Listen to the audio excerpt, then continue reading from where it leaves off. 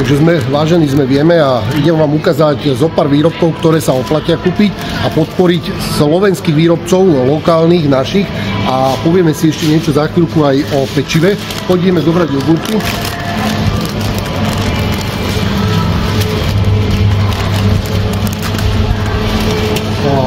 Ja osobne, a teda naša rodina, máme zaužívané výrobky od firmy, alebo teda je to firma alebo družstvo Zelený Klátoľ a od nich si kupujeme výrobky, ktoré sa dajú. Dokonca majú aj nejaké acítko, nejaké mlieko, ale neviem, tu som to nepozeral. Zelený Klátoľ, ak budú, pozrieme, ale jogurty si určite zoberiem a hneď vám poviem niečo aj o pečive, veľmi zaujímavé. Čiže ja si zoberiem jogurty Zelený Klátoľ, pretože máme 12-ročnú dceru a dbáme teda na jej výživu.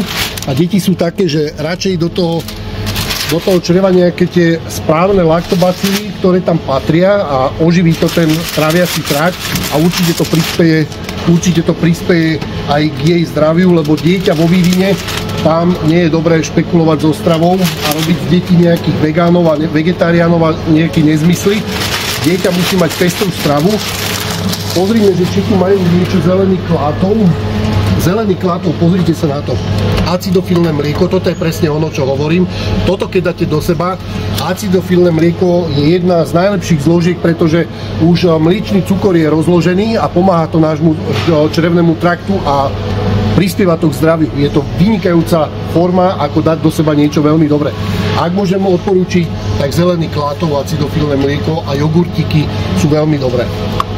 Ideme teraz na to pečivko.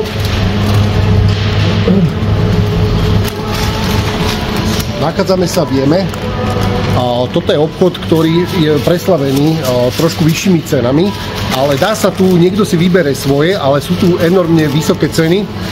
Zrejme to je nejaká taká tá vysokohorská prírážka, pretože nie každý si to môže dovoliť. Ale čo vám chcem povedať, OME sa traduje, že začali používať miesto originál kvásku, začali používať nejaký kvások sušený alebo mrazený, neviem čo, tak som sa bol opýtať priamo výrobcu, alebo teda pekára, ktorý pečie tie chlebiky a to pečivo, ktorý robí s tým cestom a potvrdil mi, že krmia aj pšeničný, aj ražný kvások, čiže robia to z originál kvásku, nepoužívajú žiadny sušený. A druhá otázka, ktorá bola, tak som sa pýtal na múku, odkiaľ pochádza múka, či je to tá ukrajinská a nevedel to potvrdiť. Čiže toto sa zrejme nikto nedozvie. Ešte som tu vyspovedal jedného pána, ktorý, alebo teda respektíve sa mi prihovoril a povedal, že pozná obchody, kde používajú tú ukrajinskú múku jedovatú a tu nevieme, v akom to je stave, čiže nevieme povedať, že čo konzumujú ľudia, čo je veľká chyba, pretože toto by mal byť základ, malo by to byť všade vypísané a vylepené, aby ľudia vedeli tie informácie, lebo to je veľmi dôležitá informácia, či sa používa ukrajinská jedovatá plná pesticídov, herbicídov, fungicídov a plesní, alebo je to nejaká iná slovenská, nevieme, proste sa nedozvieme. Takže toľko to v rýchlosti zjeme.